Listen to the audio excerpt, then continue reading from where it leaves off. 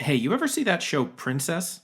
Back in 2010, Canadian personal finance expert Gail Vaz-Oxlade set herself to the task of helping hapless women in their 20s and 30s learn to take care of their own money. The show ran for 3 seasons and featured about 36 women who needed help, advice, and in some cases, tough love to sort out their pecuniary predicaments. What is wrong with you? Hasn't your mother asked you to pay rent? So you think you've grown up. Why do you continue to do it? Oh, you're playing the baby card.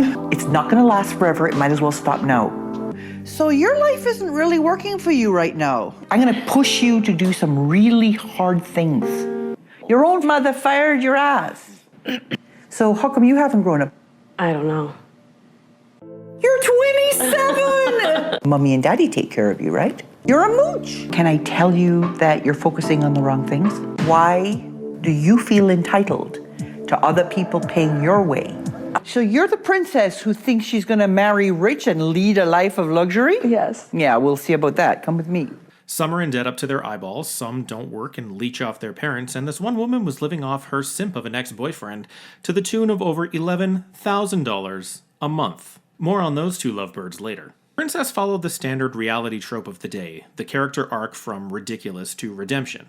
Act 1 is the problem, Act 2 is the journey, and Act 3 is the resolution. Most of the time there is a positive resolution, but occasionally the subjects go right back into their old habits. You see this a lot in shows like Kitchen Nightmares and Hoarders, where, despite all the work that gets put in, the subject regresses back to where they started after the cameras stop rolling. Most reality shows that aren't competition shows follow this tropic pattern. Act 1 sets up the problems the subject of the show is having and how it's affecting their lives. Typically, audiences will feel good that they don't share this problem and feel righteous in their condemnation of the situation. In Princess, the first act typically consisted of a brief montage of the women demonstrating their bad spending habits, mostly clothes, shoes, and clubs, and then gets really savage when their friends and families talk about how much of a deadbeat they are and do not hold back at all. She can be a bully. Circumstances will take a hold of her. It's always about her. I am disappointed. Daniela is very self-centered. It's always about her. And she kind of gets a free ride, free vacations, her car is paid for. Which does make me question her mental health. Basically, if Ashley doesn't smarten up, we'll probably have to go our separate ways.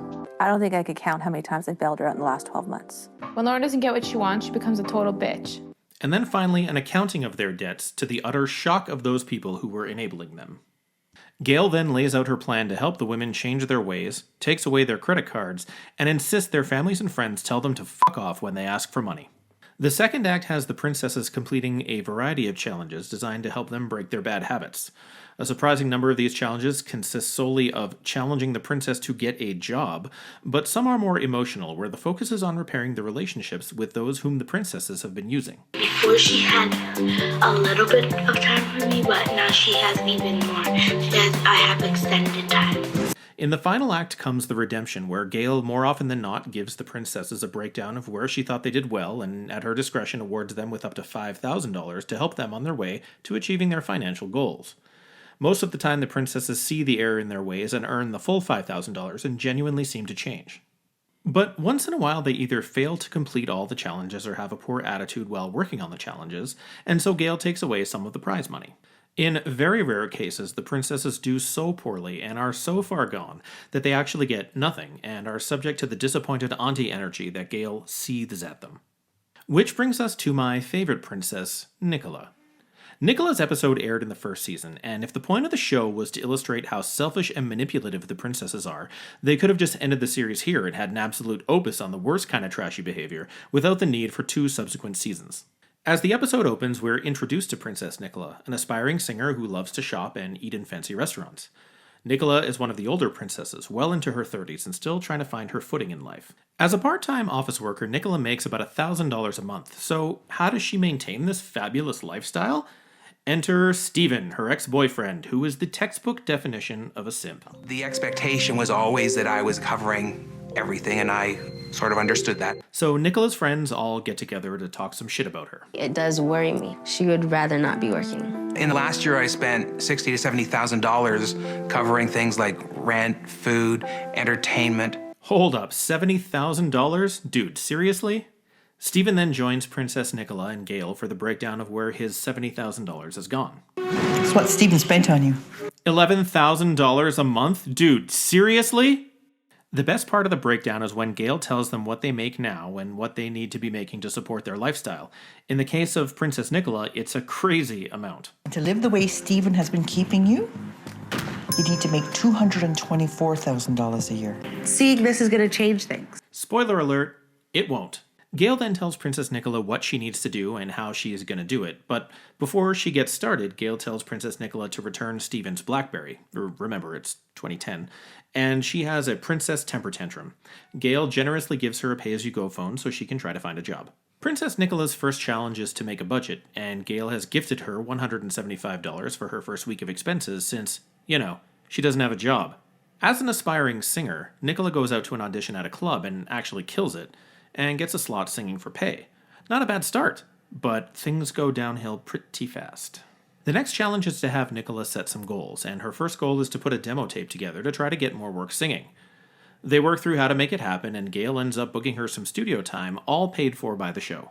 Now, I've been a musician for most of my life, and I know that getting studio time is precious and expensive, especially if you're trying to get a demo together when you're just starting up. Princess Nicola is, therefore, immensely grateful to Gail for the studio time and works hard and professionally to put together a killer demo that shows off her talent. I'm just kidding. No, she doesn't. She shows up an hour and a half late, and her voice sounds like total garbage. Does she have a cold? What is this? I think that's ill. Is that ill? No, I do not think that's ill. Having squandered her studio time, Princess Nicola meets with Gail again to get an update on how things are going. And you know what? Things are going great. You have to put your ass in gear and get moving. You think I'm going to give you another $175? Why would I do that? Are you seriously going to say something like that to me? To disrespect me? How dare you say that? I know, Gail. After being put into a timeout, Princess Nicola gets another challenge from Gail, and to be honest, it's a little confusing. I didn't really understand it. It's this thing of where she can pick something out of a box, but if she passes it on to get something else, she can't come back to it. I don't know, it's really complicated, but she ends up picking the box that pays Stephen back for the $900 BlackBerry bill she ran up. So she meets up with Stephen and gives him a check, and like every other encounter in this episode, it ends in complete disaster. Deal with anything of you anymore. I really just want it to all end. Now, it's at this point in the show where Gail usually documents the progress the princess has made and highlights all the changes in her finances and relationships, but with Princess Nicola, it's a different story. Gail says she thinks Princess Nicola has just been telling her what she wants to hear and not really putting in any effort to help herself out of her predicament.